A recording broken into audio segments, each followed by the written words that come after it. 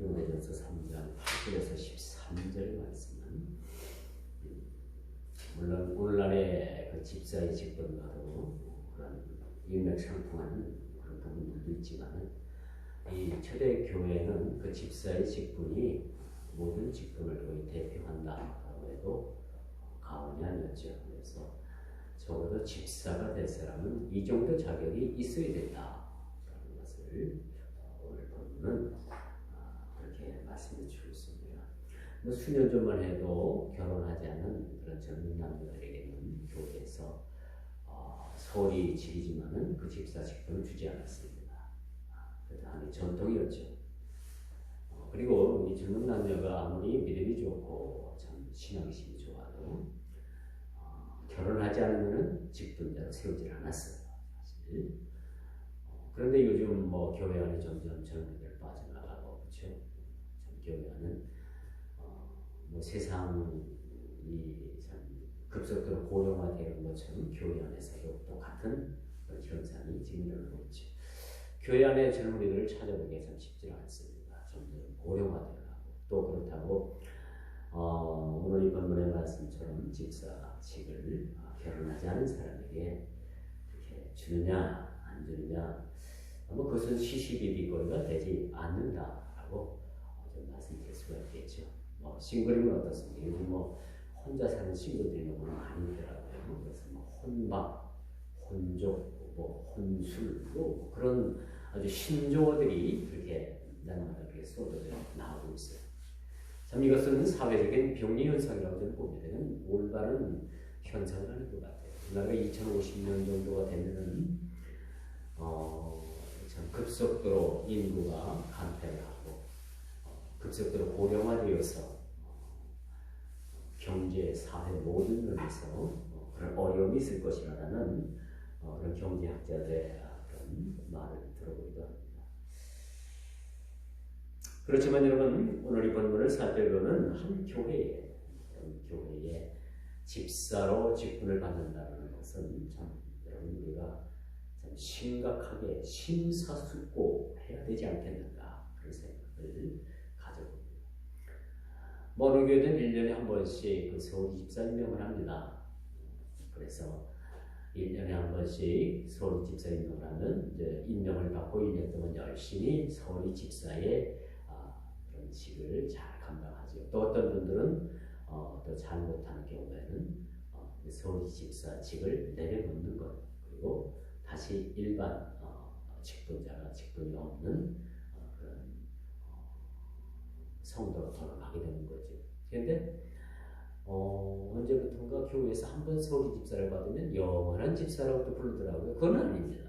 그래서 서울 집사직은 1년에 한 번씩 재임명을 받지 못하면 집사직에서 그 양반을 그분을 집사라고 부를 수가 없습니다. 그런데 우리는 그냥 한번 서울 집사 한번 뭐 1년에 한 번 그렇게 임명을 하면 그걸 평생을 집사라고 부르는데 그것을 우리가 좀 고쳐 부를 필요가 있겠다라는 생각을 가지고 옵니다. 왜 제가 이런 말씀을 드리냐면 이만큼 하나님께서 주신 이 직분은 귀중하기 때문에 그런 거죠. 이 초대교회는 이 집사라는 이 직분으로 통칭한 거예요. 감독과 집사로 나누어진 거죠. 이제 오늘날 그 현대 교회들은 이제 뭐 여기 뭐 권사, 장로, 뭐가 치리 장로 또 그렇게 뭐 선교 장로 이렇게 나누긴 합니다만 이런 직분들은 근세기에 들어와서 이것이 만들어진 거죠. 그렇기 때문에 이것이 뭐 가타부타 그런 이야기를 하는 것이 아니라 똑같은 초대교회의 집사에 통칭하는 여러분들의 직분이라는 거죠. 그래서 여러분들이 어떤 직분을 받았든 간에 참 그 직분을 받아서 심사숙고한 그러한 직분을 받아간다 해야 된다라고 말씀을 드리겠습니다. 제가 전에 우리 권사님들 두 분 세우시면서 제가 각서를 썼어요. 만수 집사님도 아마 같이 세워서 각서를 써서 여러분들의 각서에 예스 했기 때문에 여러분들을 하나님 앞에 권사로 제가 세운 경우를 봤는데 가만히 보면은 그걸 잘 지키는 분이 있는가 하면 지키지 않는 분이 있어요. 그래서 이걸 어떻게 될까 고민하다가 이걸 1년 동안 정직을 시킬까? 또 그렇게 고민을 하다가 그래도 하나님 앞에 1년 동안 열심히 또 그렇게 본을 가지고 하면 또 괜찮지 않겠는가? 그렇게 이렇게 정직을 한다고 해서 그것이 능사는 하지 않는가? 그래서 한 해를 그냥 넘기면 참 마음이 괴로울 때도 있어요, 사실은. 그래서 여러분들이 참 누구나 뭐든지 뭐 잘할 수는 없어요. 저도 뭐 마찬가지입니다만. 그래도 오늘 이 본문에서 우리에게 제시하시는 이 직분, 이 집사의 직분은 어떠해야 되는가? 집사의 직분을 받을 사람은 어떤 사람이 되어야 되는가라는 것을 우리들에게 기준으로 제시해 주고 있다는 거예요. 그렇기 때문에 오늘 이 본문은 사실은 여러분 지키는데 큰 어려움은 없습니다. 제가 이렇게 쭉 보니까 이 정도는 여러분들이 충분히 지키고 이런 것들은 여러분들이 행할 수 있다는 것을 볼 수가 있었어요. 그런데 이거 오늘 본문에 나타나는 일들을 여러분들이 어렵다 못한다 하면 최소한 주님에 대한 예의는 아니지 않겠는가 그런 생각을 한번 가져봅니다. 그래서 여러분들에게 죽으라고 하는 것도 아니고 여러분들에게 뭐 아파트를 팔아갖고 갖다 바치라는 것도 아니고 적어도 여러분들이 집사의 직분이면 집사를 받아야 되는 사람들의 행할 도리는 바로 어느 정도 이것을 우리가 기준을 삼고 있지 않는가. 오늘 8절입니다. 이와 같이 집사들도 정중하고 일구이원하지 아니하고 술에 임박이지 아니하고 더러운 일을 탐하지 아니하고 8절을 보십시오. 여러분들이 이것을 행할 만한 일입니까? 이건 뭐 여러분들 엄두를 못 낼 일입니까? 적어도 여러분들은 행할 수 있는 거죠. 그렇죠? 여러분들에게 아브라함처럼 자식을 이끌고 저 모함산으로 여러분들 올라가라고 하는 명령도 아니에요. 사실. 얼마든지 여러분들이 이 정도쯤은 여러분들이 지켜야 되지 않겠는가라는 그런 가이드라인을 제시하고 있다는 것을 우리가 보게 됩니다. 그렇기 때문에 교회의 직분은 심사숙고할 필요가 있다라는 말씀을 드릴 수가 있어요. 8절입니다. 이와 같이 집사들도 이와 같이. 우리가 지난주에는 감독에 대한 그런 이야기를 했죠. 오늘은 이 집사들에 대한 얘기입니다. 이 집사님이라는 것은 오늘날 여러분 평신도 모두를 지칭하는 직분이에요. 거기 안에는 권사님도 들어갈 거고 권찰, 집사, 장로는 다 들어갑니다. 그래서 이와 같이 집사들도 이 교회 평신도를 세우기 있어서 집사들의 의무와 자격을 논하는데 그 첫 번째가 정중하라. 어떤 사람은 무경우의 사람들을 많이 보죠. 사람이 사는데 좀 논리성이 있어야 될 필요가 있는 것 같아요. 논리성. 앞뒤가 맞지 않는 이야기를 막 해가지고 결국은 막 상황이 일어나면 이건 옳지 않은 거죠. 우리 여러분들이 살아감에 있어서도 어떤 삶의 논리가 있어요. 대학에 가면 이 논리학에 대해서 좀 배우는데 이제 학생들이 고등학교 때까지는 이 주입식 교육을 많이 받지만 대학을 딱 가면 이게 보면 개방식이에요. 스스로 생각하고 스스로 발표하고 스스로 어떤 논리성을 쌓아가는 교육을 받아요. 이게 대단히 아주 중요하죠.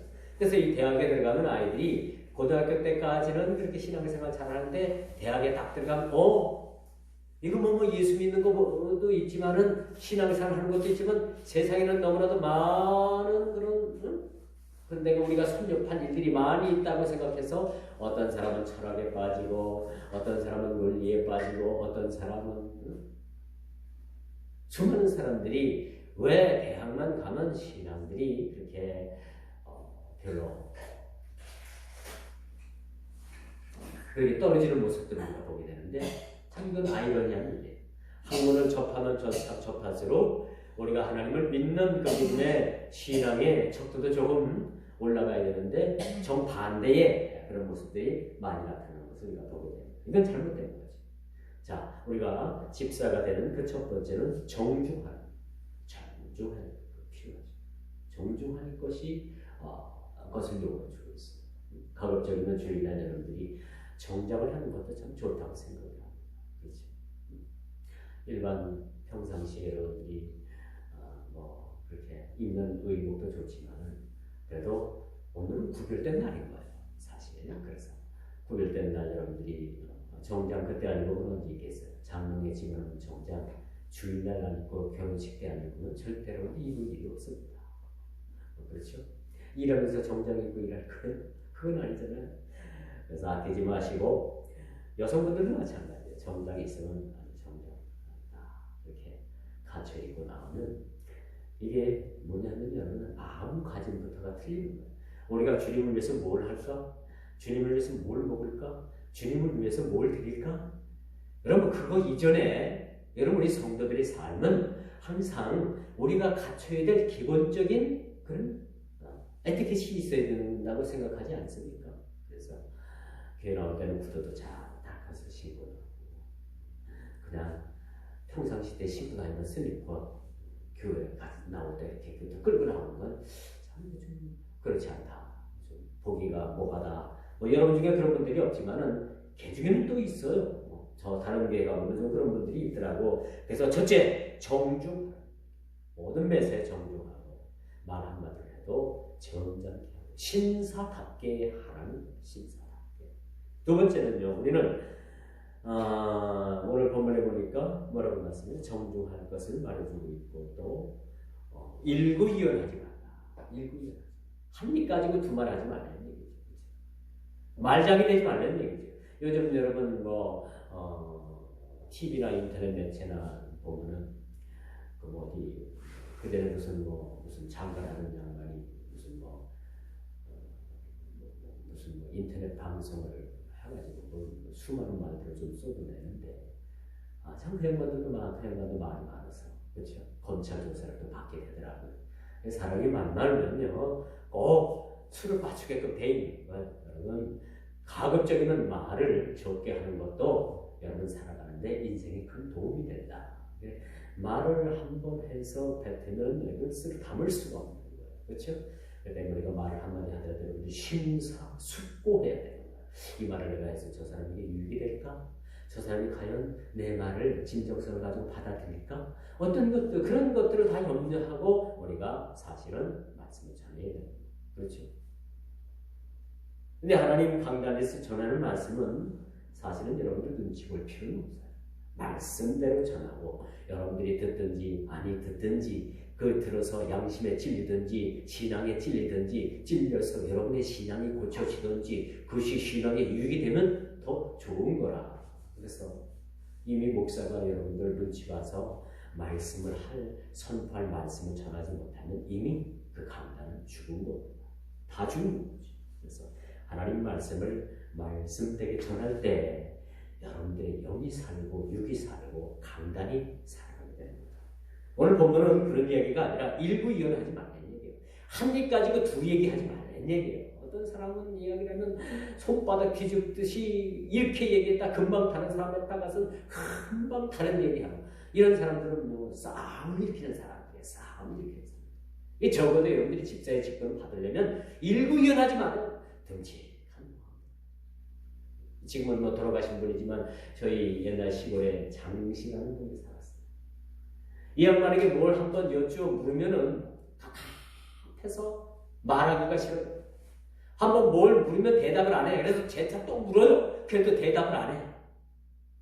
그런 다음에 그 양반 입이 떨어져요.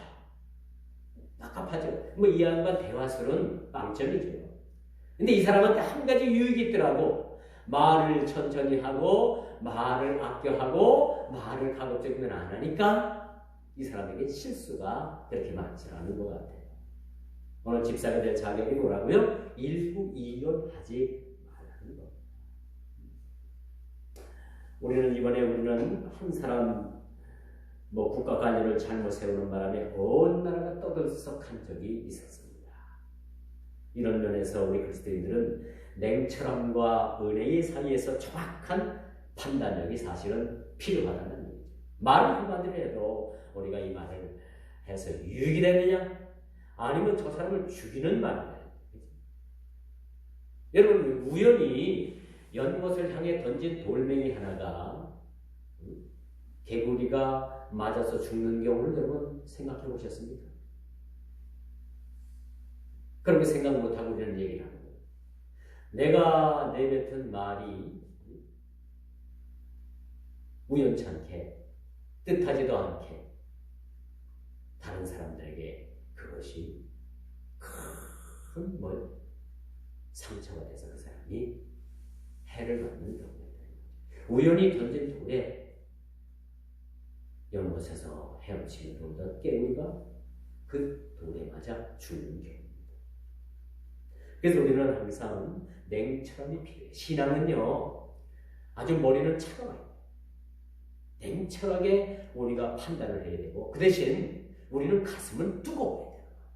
뜨거운 가슴으로 우리가 푸는 거죠. 근데 정확한 건 우리가 필요한 거죠. 여러분들이 만약에 여러분들이 큰 죄를 지었다고 합시다. 그 죄에 대한 문제는 냉철한 이성으로 판단해서 그 죄를 다시 재발되지 않도록 어떻게 돼요? 그걸 방비를 해야겠죠. 그리고 나서는 형제의 사랑하는 마음, 뜨거운 마음으로 품어야 되는 거야. 이게 우리 참다운 그리스도인입니다. 그렇지 않겠어요? 뭐든지 예스, 뭐든지 패스, 뭐든지 통과. 그런 식이 되면 어떤 기준이 없어지는 거죠. 냉철한 이성으로 머리로 판단하고 우리가 그 다음엔 끌어낼 것은 뜨거운 가슴으로 끌어 안에서 포용해 주는 것이 오늘 우리 그리스도인들의 모습이라는 것을 배우는 거죠. 그런데 우리가 이런 기준이 흔들려요. 그다음에 모든 기준이 다 흔들려요. 이런 경우를 우리가 한번 생각해 보죠. 과거 6.25 동란 때 서울 한강 다리를 비행기가 폭발을 해서 끊었어요. 근데 조금 좀 늦게 끊어도 상관이 없는데 그 국가 대통령이 딱 지나가고 난 다음에 얼마 안 있어서 그게 끊어졌는데 좀 더 있다 끊었으면은 그 서울에 있는 사람들이 다 이 북에 있던 사람들이 이남으로 다 이렇게 피나가서 좀 사람들이 덜 죽지 않았겠는가 그런 생각에 그걸 갖고 감동을 많이 있었습니다. 그래서 그것을 비행기를 폭격한 조종사가 재판을 받는 그런 일들도 여러분 있지 않았습니까? 참 여러분 매사가 여러분 참 때가 있다고 봐야 되는 것 같아요. 모든 타이밍이 있다고 우리가 보게 됩니다. 그래서 우리 교회 안에서의 집사의 자격은 참 신중 모드로 가야 될 것 같아요. 어떤 사람은 좀 부족하지만 집사의 직분을 주니까 더욱더 큰 그릇이 되는 사람이 있는가 하면 어떤 사람은 그 집사의 직분을 그렇게 주고 나니까 감당하지 못해서 결국은 시험에 빠져서 안 잊은 것만 못한 경우를 보게 됩니다. 그래서 여러분 1년에 한 번씩 전에는 그런 고민이 있었어요. 목회자의 고민이 뭐냐? 이 사람을 다음 회기 때 다시 서울 집사로 세울 거냐? 아니면은 그냥 1년간을 시기할 거냐? 1년간을 시기하고 꼭 시험을 받아가지고 목사님이 내 집사를 띄었다 해가지고 그 다음부터 교회를 또 안 나가요. 그러니까 담임 목사는 그런 데까지도 참 신경이 많이 쓰는 거예요. 그래서 1년 더 참아보고 1년 동안 또 참으면 되겠지 해서 또 다시 붙여주면은 여전히 기대에 못 미치는 그런 분들이 많이 있었어요. 지금은 그런 고민이 없습니다만 그래도 그런 고민들이 사실은 있었습니다. 그래서 가끔은 제가 집사람하고도 상의를 했어요. 전에 이제 이 교회 전에 교회 있을 때 아무게 그 김집사 이건 좀 내려놔야 되겠지. 집사람이자고 그래도 한 해도 지켜보고 붙여주세요. 그런 식으로 이제 최종적으로 제가 집사람하고 한번 그런 얘기를 해봐요. 집사람은 한 번 더 그렇게 기회를 주자 그런 쪽으로 이야기를 합니다만 참 그게 참 그렇게 붙여줘서 또 잘하면 되는데 점점점 그러면 그것이 나중에는 돌아가는 경우를 많이 봤습니다. 그래서 이와 같이 오늘 본문의 말씀 보면 이와 같이 집사들도 정중하라. 헬라 원어로 보니까 셈노스라라고 해요. 개역 한글판에 보니까 이와 같이 집사들도 단정하라 그렇게 얘기합니다. 정중하라, 단정하라. 여러분들이 예식장이나 장례식장 가면 어쨌든 간에 휴대폰도 여러분 어떤 사람들은 끄고 들어오고요, 그렇죠? 어떤 분들은 매너 모드로 해놓고 들어오고 그렇게 하잖아요. 그리고 또 예식장에 가가지고 시커먼 그 난국에다가 시커먼 넥타이를 메고 온 건 어때요? 그 예식장의 신랑 신부에 대한 예의가 아닌 거예요, 그렇죠? 혼주들에 대한 예의가 아니죠. 또 여러분 반대로 장례식장에 아주 하얀 자켓을 입고 빨간 넥타이를 메고 빨간 양말을 신고 그렇게 해서 장례식장 가가지고 조문을 갔다고 생각해 봅시다. 여러분 이건 이치에 맞아. 마치 우리가 집사예직을 받는데도 여러분 기준이 있는 거예요. 기준. 그 기준에 위해서 우리가 사람이 세워져 가는 모습을 보게 됩니다. 신사다운 면모가 있어야 되고요. 숙녀는 숙녀다운 모습을 갖춰야 된다고 오늘 본문을 이렇게 말씀합니다. 신사라는 말은 품행과 예의가 바르며 점잖고 교양이 있는 자를 이끌고요. 여성을 지칭하는 숙녀는 교양과 예의를 갖춘 품이 있는 여자를 말한다라고 국어대사전에 그렇게 정의를 하고 있더라고요. 여러분 어떤 면에서는요. 세상 장관 한 사람 임명하는 것보다 훨씬 더 까다롭고 엄격한 것이 교회 집사를 세우는 것.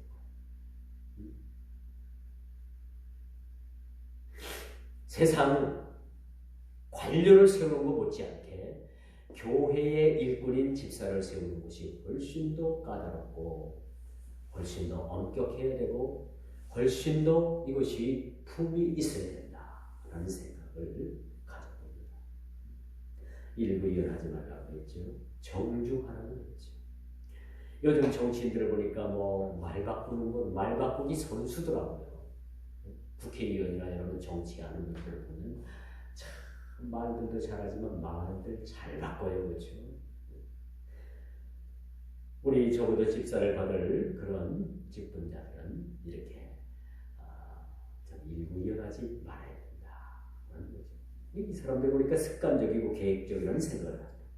이 정치인들 어떤 말 바꾸는 거, 거짓말하는 거, 이 사람들은 아주 습관적인 것 같아요. 그렇죠? 습관적인 것 같아요. 정치인들이야 한입 갖고 두말한다고 하지만은 주님의 몸된 교회의 집사를 임명하는 데는 엄격함은 물론이고 말 장난하는 자들을 삼가요. 이 교회마다 그런 분들이 좀 있는 것 같아요. 우리 교회는 그런 분들이 없는데 제가 전에 신받은 교회는 그 말 때문에 서로 막 싸우는 경우. 예배 끝나고 식당에 들어가가지고 막 싸워요. 식당에 들어가가지고. 왜 그럴까요? 그 말 옮기는 사람들 때문에 말 옮기는 사람들. 그래서 교회가 참 그런 일들 때문에 많이 어려움을 겪더라. 이제 세 번째, 술에 임박이지 않는 자들을 집사로 세우라 라고 그렇게 성경은 말해주고 있습니다. 이 술이라는 게 이 중독성이 있는 것 같아요. 담배도 중독성이 있고 또 한 가지 중독성이 있는 게 뭐예요?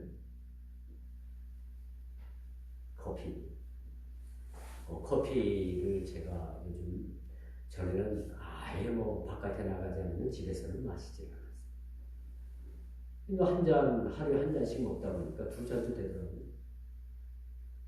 또 맛이 있어서 먹다 보니까 또 석 잔이 되고 넉 잔이 되더라고요. 그래서 넉 잔을 먹었는데 속이 쓰리고 속이 안 좋아요.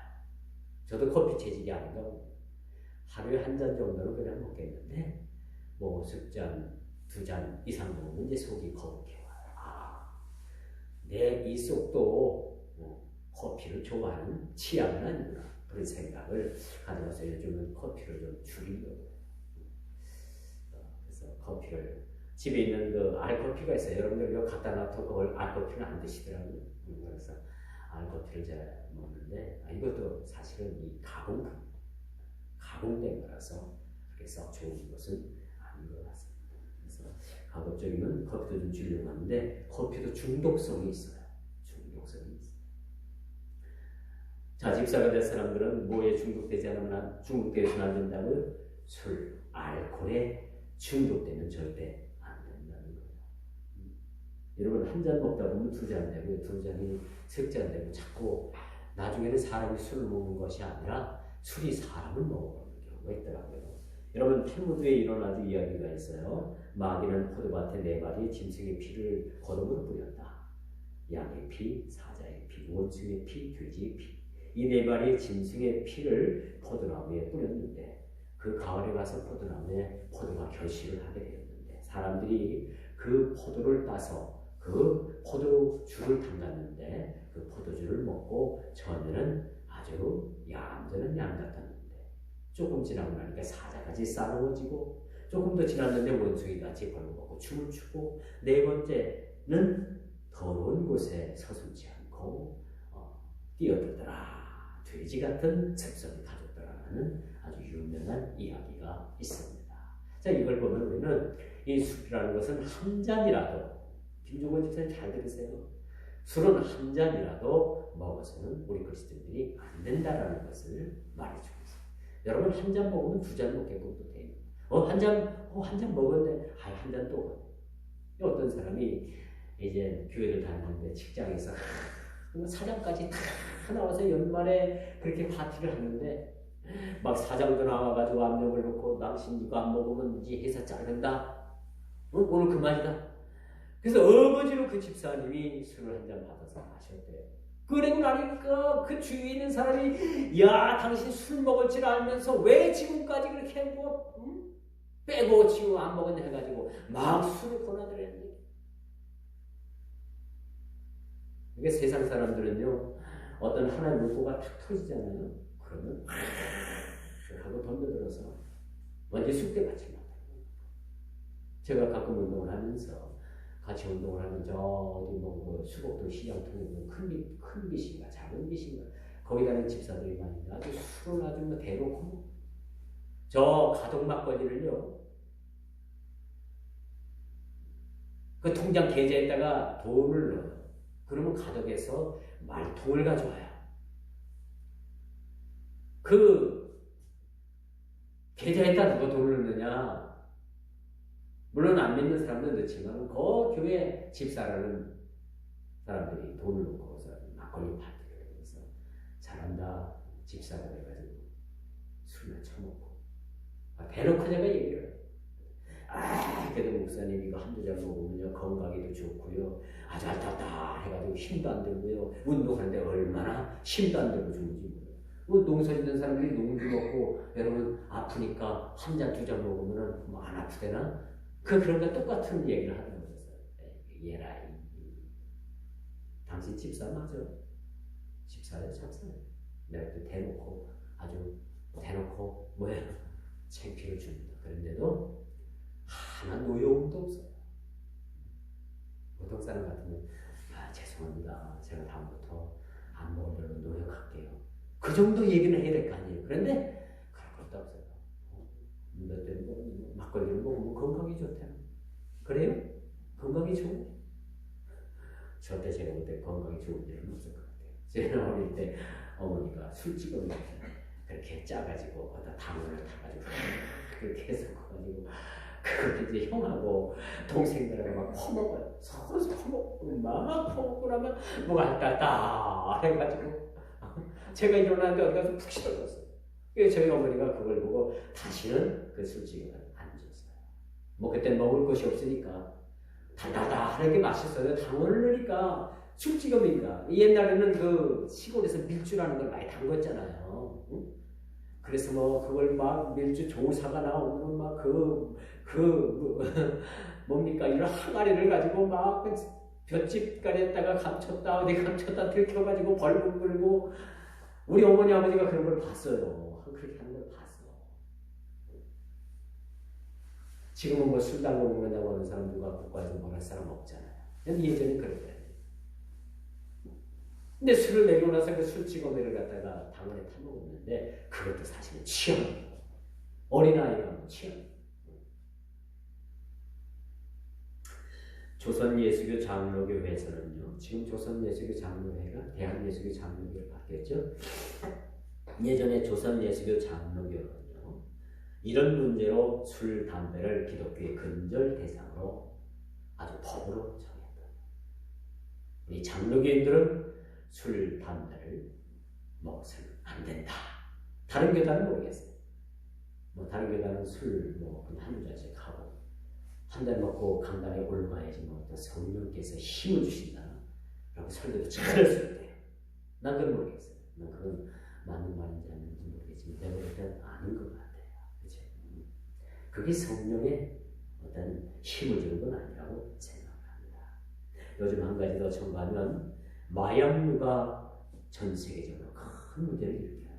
우리나라 기업의 2세, 3세들이 외국에서 살다가 마약을 들이고 있어요. 마약. 이 마약이 사람을 망가뜨립니다. 마약. 오늘날 우리 그리스도인들은 당연히 이 마약류에 손을 대서는 안 되고 이런 중독에 빠지면 스스로 하나님 앞에서 받은 집사의 자리를 내려놔야 될 것입니다. 두 번째로 책망할 것이 없는 진실무망한 자를 세워야 된다는 것이 오늘 본문 10절의 말씀입니다. 제가 지난주에도 말씀드렸지만은 감독의 자격은 이처럼 진실무망한 자가 감독을 세워야 된다. 오늘날 목사에게 주는 거죠. 그렇다면 오늘 본문 10절도 이 집사에 지금 책망할 것이 없는 진실무망한 자를 세워야 되는 것이 마땅한 겁니다. 먼저 사람을 시험하여 책망할 것이 없으면 집사로 세우라라고 이렇게 말씀합니다. 요즘 참으로 딱할 사정, 딱할 정도로 참 우리나라에 인물이 없는 것 같아요. 관료 하나 세우는데도 이렇게 인물이 없을까 그런 생각도 가져요.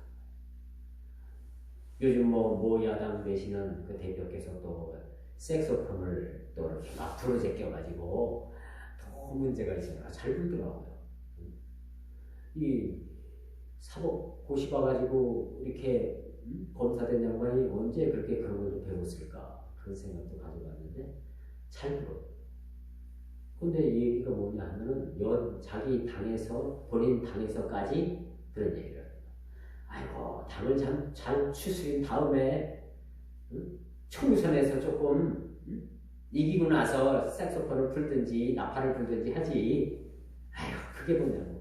같은 당에서도 그렇게 비판이 나오니까 이 양반이 뭔 얘기를 하냐면은 내부에 따르고 내부 총질을 하지 말라. 또 그런 얘기를 하더라고요. 내부 총질을 하면 안 되게 좀은 하면 안 되지 않느냐 그런 얘기를 합니다. 사실 이 조국교회가 자꾸 조국이라니까 좀 그 조국이 아니고요. 그쪽 그 조국이 아니고 이 대한민국 조국의 교회가 사실 개척교회 수준들의 교회들이 많이 있어요. 이 개척교회는 뭐 신자 한 사람 한 사람이 참 일꾼들이에요. 그렇죠? 그래서 이 개척교회는 가급적이면은 좀 세워놓고 잘하면 되겠지 해서 직분들을 다 줍니다. 그렇죠? 이대로 하면요 개척교회에 직분 됐을 사람 거의 없어요. 그래서 담임 목사님이 고민하다가 이렇게 세우면 좀 잘할 수 있을까? 잘할 거야. 그러한 긍정적인 마인드를 가지고 사실 개척교회 직분자들을 많이 세웁니다. 그런데요 중요한 것은 이렇게 세워주고 나면은 참 잘하는 것 같아요. 왜? 이 개척교회는 날마다 보면 그 사람이고 매일매일 사람들이 서로를 볼 수 있기 때문에 잘하려고 해서 잘하는데 이 큰 교회가 문제예요. 큰 교회. 큰 교회 이런 직분을 주고 나면은 보이지 않으니까 보이지 않는 곳에 가가지고 어떻게 돼요? 딴짓한단 말이에요. 그러니까 이 말씀은 우리 작은 교회에 해당되는 것이 아니라 큰 교회에 몰지각한 그런 사람들 위해서 쓰여지지 않았는가라는 생각으로 사실 위로를 받습니다. 뭐 작은 교회야 뭐 한 사람이 성가대사 할래, 주일학교 교사 할래, 식당 봉사 할래, 뭐 여러 가지 얼마나 많이 있어요. 1인 3역을 해도 모자라요. 그렇죠? 이렇게 세워놓으니까 너무너무 열심을 가지고 잘하는 거예요. 이게 사실 제가 이 말씀을 가지고 여러분들에게 말씀을 전하지만은 여러분들은 너무너무 잘 알기 때문에 이 말씀은 우리 교회에 해당되는 것이 아니라 저희 일부 큰 교회의 멀직한 그러한 사람들의 문제라는 것을 여러분들에게 한번 말씀드릴 수가 있습니다. 그래서 여러분 대다수는 열심을 가지고 직분을 잘 감당하지만 그렇지 않은 경우에는 여러분 오늘날 수많은 직분자들이 왜 수모를 당합니까? 국회의원들 3분의 1이 여러분 크리스찬인들인데 왜 국회를 그렇게 못 바꿀까? 정치인들 3분의 1이 정치가인데 왜 정치를 썩은 구태 정치를 아직까지 버리지 못하고 왜 그들이 국회나 정치에 판을 바꾸지 못할까? 그런 생각을 가지고 있습니다. 우리나라도 지금 1000만 성도가 넘었다고 하잖아요. 이 정도 숫자를 가지면요, 이 대한민국을 기독교 국가로 완전히 바꿀 수 있는 그런 터전을 사실 하나님께서 주신 거예요. 대한민국이 선교 100년 조금 넘는 이런 역사에 이만큼 하나님께서 교회를 축복하셔서 이렇게 부흥하게 한 세계 기독교 역사가 없습니다.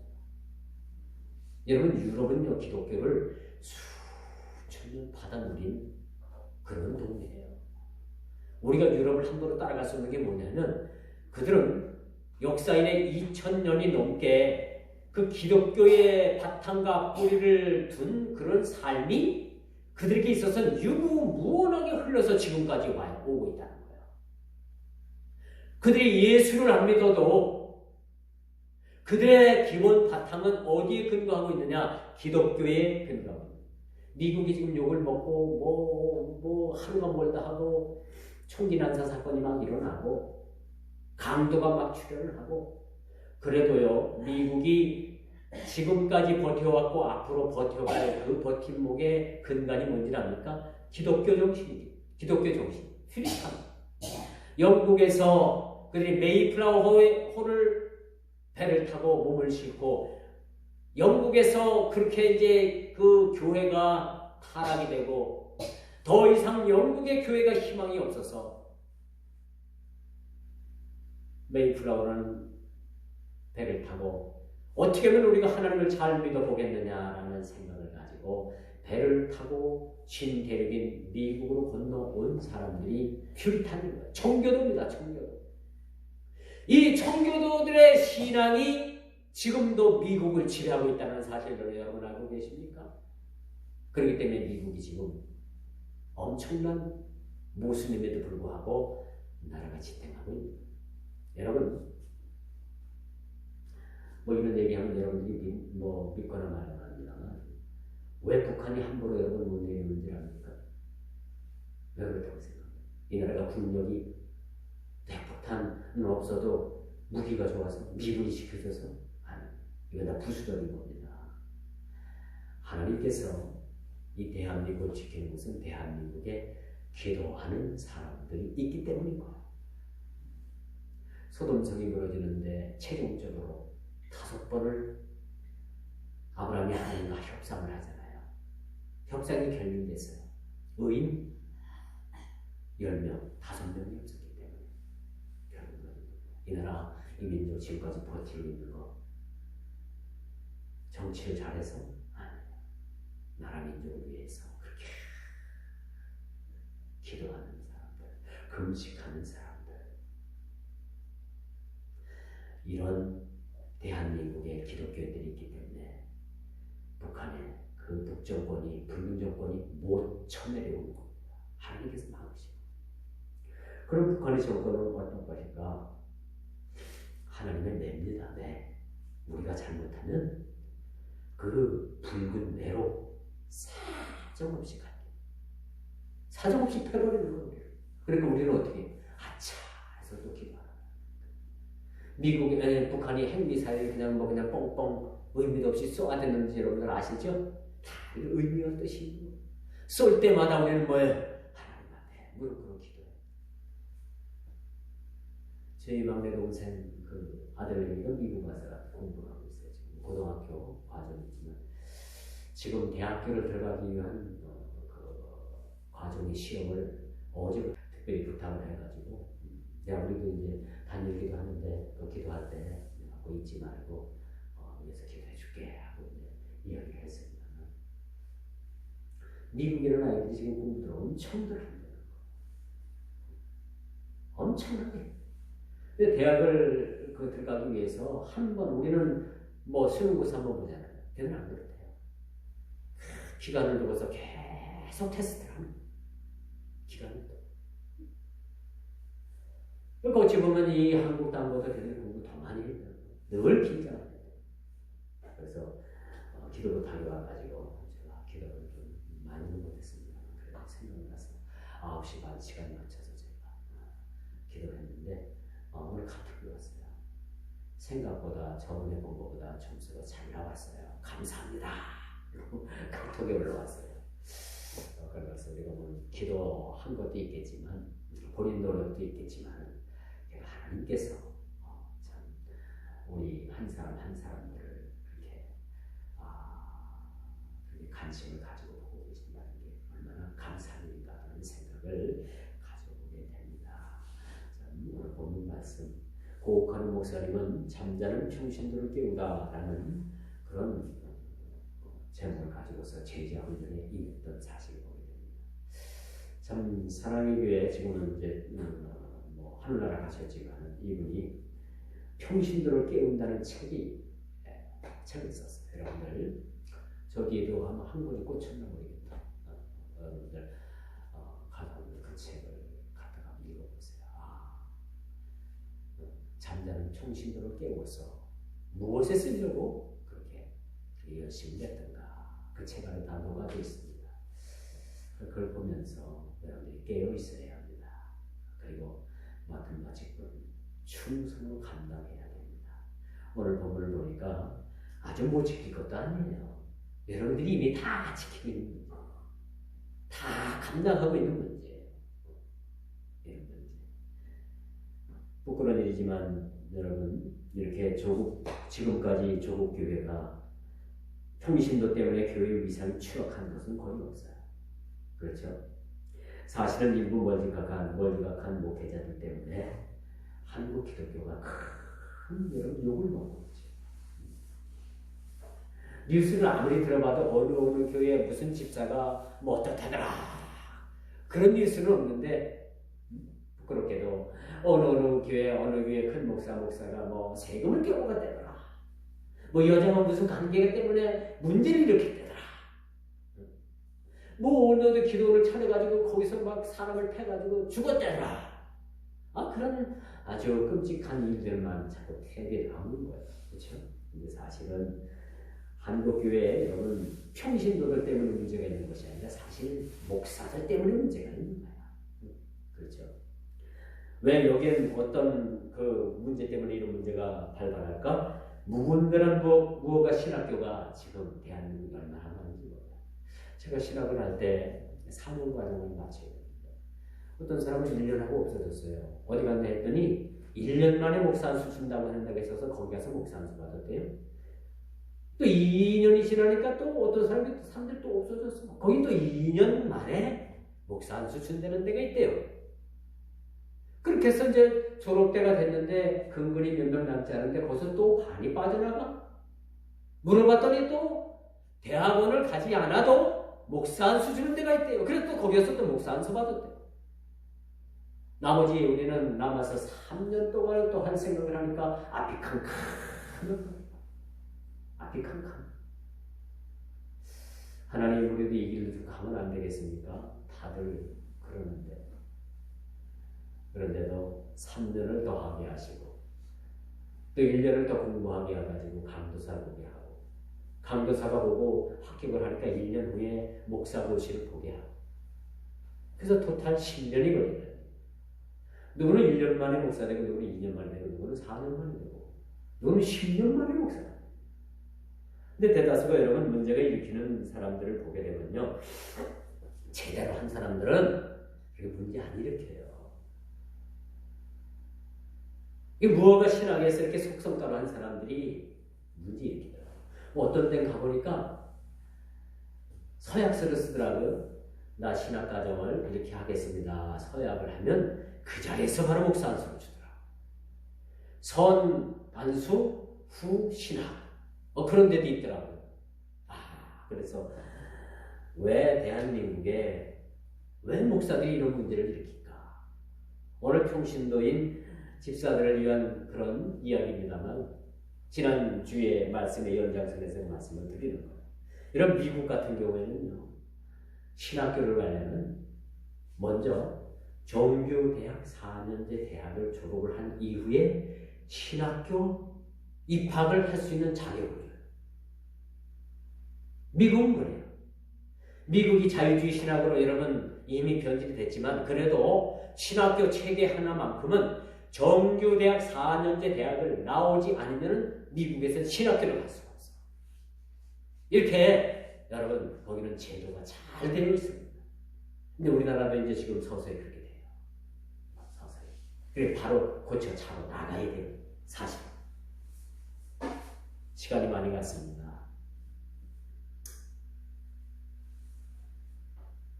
알고 계십니까?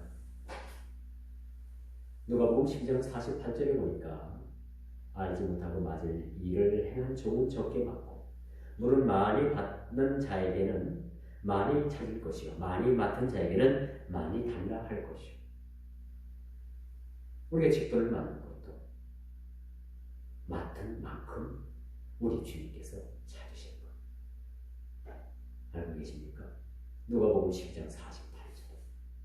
이 말씀을 읽으면서 우리가 저와 여러분에게 맡겨주신 그 직분 가볍지 않다는 것 우리가 꼭 인식해야 합니다. 마지막으로 가정을 잘 다스려야 합니다. 혼자 하는 일이 제가 혼자 하는 말인지 모르겠지만 성경에 없는 얘기예요. 근거는 있어요. 여러분들에게 자주 말씀을 드리죠. 교회보다 가정이 우선입니다. 이렇게 말하는 목사 대한민국에 저 하나밖에 없어요. 응? 이해가 가요? 그런 말 못 들어봤죠? 저한테만 들어봤어요. 교회보다 가정이 우선입니다. 가정에 충실하세요. 가정 일 잘 해놓고 교회 나오세요. 그렇게 말씀을 여러분들에게 드렸을 겁니다.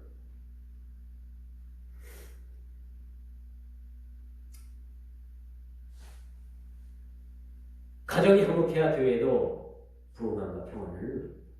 여러분 가정이 불안하고 여러분들 가정이 흔들리면 교회도 흔들립니다. 그렇기 때문에 가정이 우선입니다. 가정이 평안을 누리고 가정에 그 평안이 넘치고 하나님께서 에덴 동산에서 아담과 하와를 지으신 다음에 교회를 먼저 세운 게 아니에요. 뭘 먼저 세웠어요? 가정이에요. 아담의 짝을 만드시는 그 순간부터 가정을 주시는 거예요.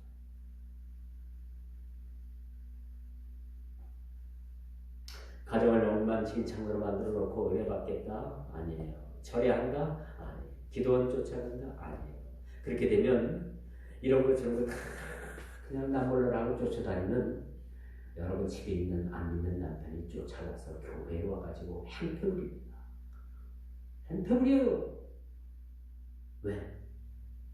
가정에 충실하게 여러분들이 가정에 충실하지 못하고 이 옆에 내가 맨날 집에 일을 안 하고 교회만 쫓아가고 교회가 살고 교회 목사가 내 남편이야! 쫓아와서 막 행패 부린다니까요. 어떤 사람은 제가 볼 때 막 칼을 가져와가지고 담임 목사님을 막 의용을 칼을 막 꺼내가지고 저희 시골 교회 그런 분이 있었어요. 응? 근데 이 여집사님이 교회에 대해서 그렇게 열심히 한 것도 아니야. 근데 이 안 믿는 남편이 막 칼을 갖고 와가지고 목사 찔러 죽인다. 우리나라 마누라를 어떻게 세뇌를 했길래 맨날 교회 가서 살게 못해. 그런 소리 들으면 되겠어요? 여러분들? 아니죠. 안 믿는 남편들이 물론 설교 믿는 남편이라도 맞아. 내 집사람은 그래도 가정에 중심을 두고 열심히 하지만 교육도 열심히 해. 그런 말을 들어야지. 가정일은 아주 그냥 엉망진창을 해놓고 교회 가서 산다고 하면 어느 남편이 좋아하겠습니까? 어느 부인이 좋아하겠어요? 어느 자식이 좋아하겠습니까? 좋아할 사람 아무도 없어요. 가족 중에서. 그렇기 때문에 가정이 우선되어지는 그런 여러분의 일이 있고 난 다음에 직분도 사실은 중요하다라고 말씀드릴 수가 있습니다. 이제 제가 말씀을 맺을게요. 이제 남녀 오늘 본문 말씀은 이와 같이 집사들도 어느 집사를 얘기하면 남 집사를 얘기해 주는 거예요. 여 집사를 얘기해 주는 거예요.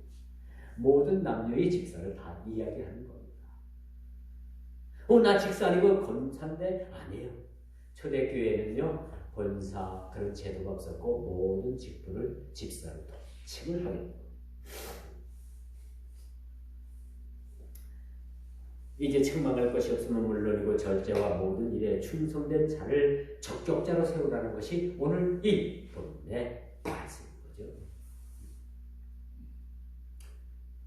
그래서 모든 일에 가정을 잘 다스리고 자신을 돌보아 일구이연하지 않고 술에 임박이지 아니하고 더러운 일을 탐하지 아니하고 자신의 양심을 속이는 일이 없어야 된다라고 그렇게 말씀을 합니다. 오늘 본문 13절이 이제 모든 말씀에 그런 결론을 내주고 있습니다. 제가 읽어볼게요. 집사의 직분을 잘한 자들은 아름다운 지위와 그리스도 예수 안에 있는 믿음의 큰 담력을 얻느니라. 아멘. 기도하겠습니다.